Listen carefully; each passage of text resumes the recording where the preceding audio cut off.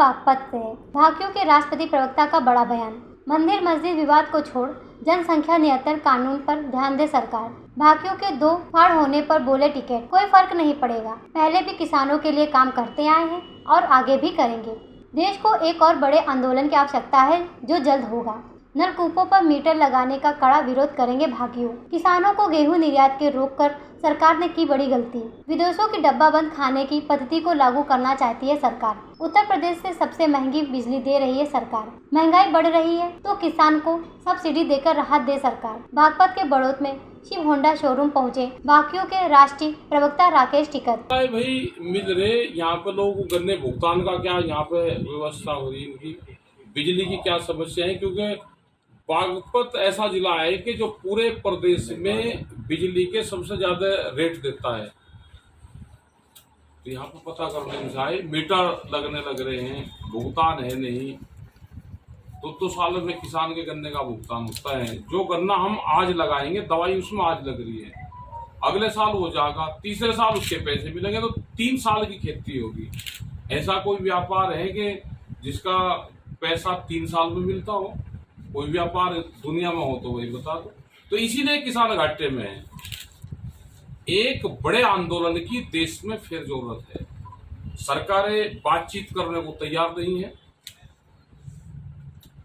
समझौते, जो दिल्ली का समझौता हो गया वो भी ऑनलाइन समझौता सरकार ने करा, उसको भी मान नहीं रही है।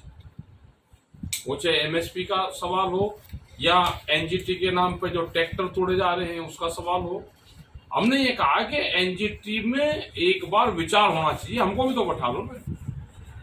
जज की गाड़ी 10 साल में 50 से 60 हजार किलोमीटर चले, डॉक्टर की 70 से 80 90 हजार किलोमीटर चल जाती होगी 10 साल में। रोडवेज की गाड़ी 10 लाख किलोमीटर चलती है 10 साल में। और किसान का ट्रैक्टर, जज की गाड़ी, डॉक्टर की गाड़ी एक कैटेगरी में आती है। लेकिन यह है कि 10 साल का वो कर दिया कि कंपनी को फायदा कैसे होगा, वो देश में राज चल रहा है। हम पूर्ण रूप से, अगर सरकारें कोई फैसला गलत लेगी हम उसका विरोध करेंगे।